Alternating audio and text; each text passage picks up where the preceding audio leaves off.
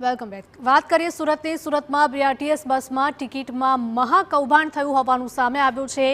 એક કે બે નહીં, આખી બસના મુસાફરોને ટિકિટ ન આપીને કૌભાંડ કર્યું છે। પાંડેસરા વિસ્તારમાં બસમાં સવાર તમામ મુસાફરો ટિકિટ વગરના મળી આવ્યા। મુસાફરોએ પૈસા આપ્યા છતાં ટિકિટ ન આપી હોવાનો ખુલાસો થયો છે। ટ્રાન્સપોર્ટ કમિટીના ચેરમેનના ચેકિંગમાં આ ઘટના બહાર આવી છે। તપાસની જાણ થતાં જ એજન્સીના મુખ્ય મેનેજરે ચેકિંગની માહિતી લીક કરી હતી। ચેરમેને અન્ય રૂટની બસમાં તપાસ કરતા 60 મુસાફર પાસે ટિકિટ ન હોવાનો ખુલાસો થયો છે। બસના કંડક્ટરને બ્લેકલિસ્ટ કરીને આકાર એજન્સીને દંડ પણ ફટકારવામાં આવ્યો છે। સંવાદદાતા બળદેવ જોડાઈ ગયા છે વધુ વિગતો સાથે। બળદેવ, જણાવશો કે બસમાં મુસાફરો સવાર હતા, તેમની પાસેથી પૈસા પણ લેવામાં આવ્યા, પરંતુ તેમને ટિકિટ ન આપવામાં આવી, શા માટે?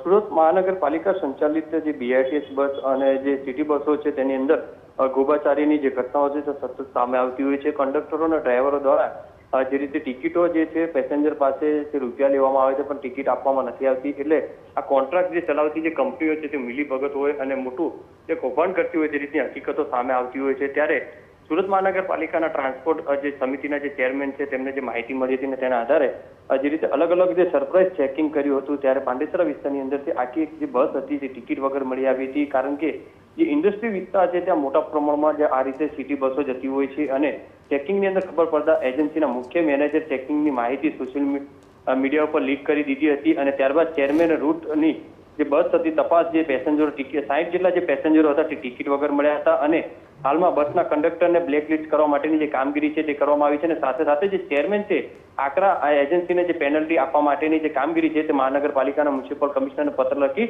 અને જાણ કરવાના છે અને આવી રીતની કોઈ ઘટના ફરીથી ન બને તે માટેની જે તપાસ છે તે મહાનગરપાલિકાના અધિકારીઓ કરશે કે મહાનગરપાલિકાના મ્યુનિસિપલ કમિશનર આ બાબતે કેમ ગંભીરતાથી લેતા નથી, તે એક મોટો સવાલ ઉભો થઈ રહ્યો છે। જી બિલકુલ બળદેવ, આભાર। સુરતની આ ઘટના સામે આવી છે। મુસાફરો 60 હતા, તમામ પાસેથી ટિકિટના પૈસા લેવામાં આવ્યા, પરંતુ તેમને ટિકિટ આપવામાં ન આવી। આવું શા માટે કરવામાં આવી રહ્યું છે? ડ્રાઈવરો કે કંડક્ટરો પોતાના ખિસ્સા ભરવા માટે આવું કામ કરી રહ્યા છે, તે પણ અહીંયા સવાલ ઊભો થઈ રહ્યો છે। અને આ ઘટના પહેલી વખત સામે આવી છે, પરંતુ ભૂતકાળમાં આવી કેટલી વાર ઘટનાઓ ઘટી હશે તેનું શું? તે મામલે તપાસ કરવામાં આવશે કે કેમ? અન્ય બીઆરટીએસ બસોની તપાસ કરવામાં આવશે કે કેમ? તે પણ સૌથી મોટો સવાલ ઊભો થઈ રહ્યો છે। આવું છેલ્લા કેટલા સમયથી ચાલી રહ્યું છે? કેટલા મુસાફરો સાથે આવું કરવામાં આવ્યું છે? તે મુદ્દે પણ તપાસ કરવી જરૂરી।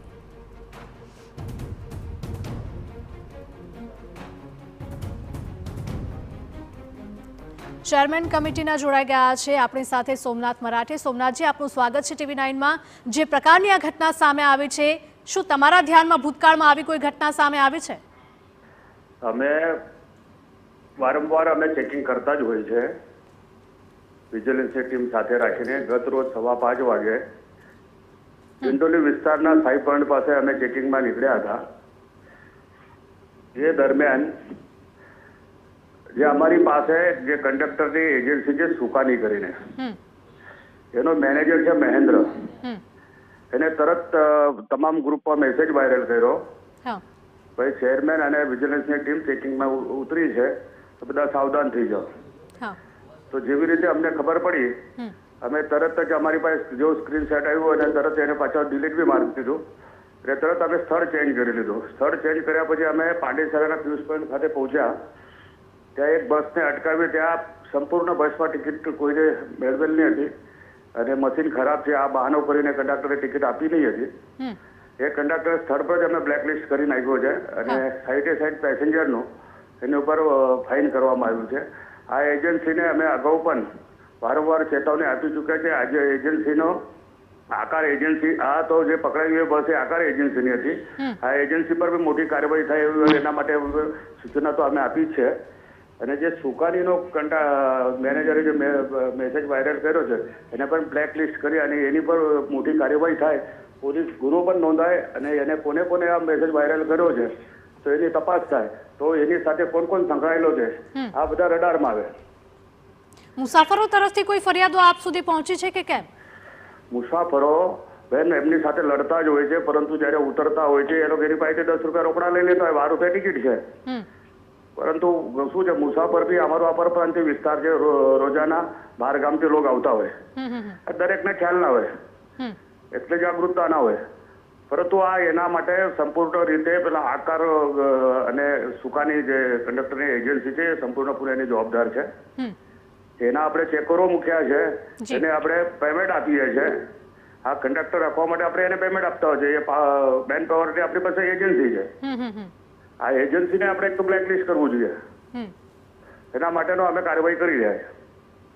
બિલકુલ, આ સાથે જ આ તો એક બસમાંથી આવી ઘટના સામે આવી છે, પરંતુ અન્ય ઘણી એવી બધી બસો હશે કે જેમાં આવું થતું હશે કાં તો ભૂતકાળમાં થયું હશે, તો બીજી બધી બસોનું પણ તપાસ કરવામાં આવશે. કન્ટિન્યુ જ અમારી વિજિલન્સની ટીમ કાર્યરત જ હોય છે. પરંતુ શું છે, આ સાંજના સમય પીક અવર્સમાં આ જે અલગ અલગ જે અમારો પરપ્રાંતીય ભાગ છે, આવામાં શું છે, બહારના પેલા રોજંદારી કરનારા પેલા પેસેન્જર હોય, આમાં આ લોકો એક કરતા હોય છે. કદાચ આ લોકો એને કમ્પ્લેન કરી શકતા નથી, ઓનલાઈન કમ્પ્લેન કરવાની એ લોકોને આવડત ના હોય, તો ફરિયાદ કેવી રીતે કરવી, તો આના કારણે આ લોકો અહીંયા વધારે પડતું આ નુકસાન કરતા હોય છે. જી, અમારે ધ્યાન પર આવ્યું છે. અમે તો આ લોકોને બરાબર કરીને સીધી કાર્યવાહી કરીને એમને બ્લેકલિસ્ટ કરવાના છે. બિલકુલ, આશા રાખીએ કે યોગ્ય કાર્યવાહી કરવામાં આવશે. આપ અમારી સાથે જોડાયા તે બદલ આપનો આભાર.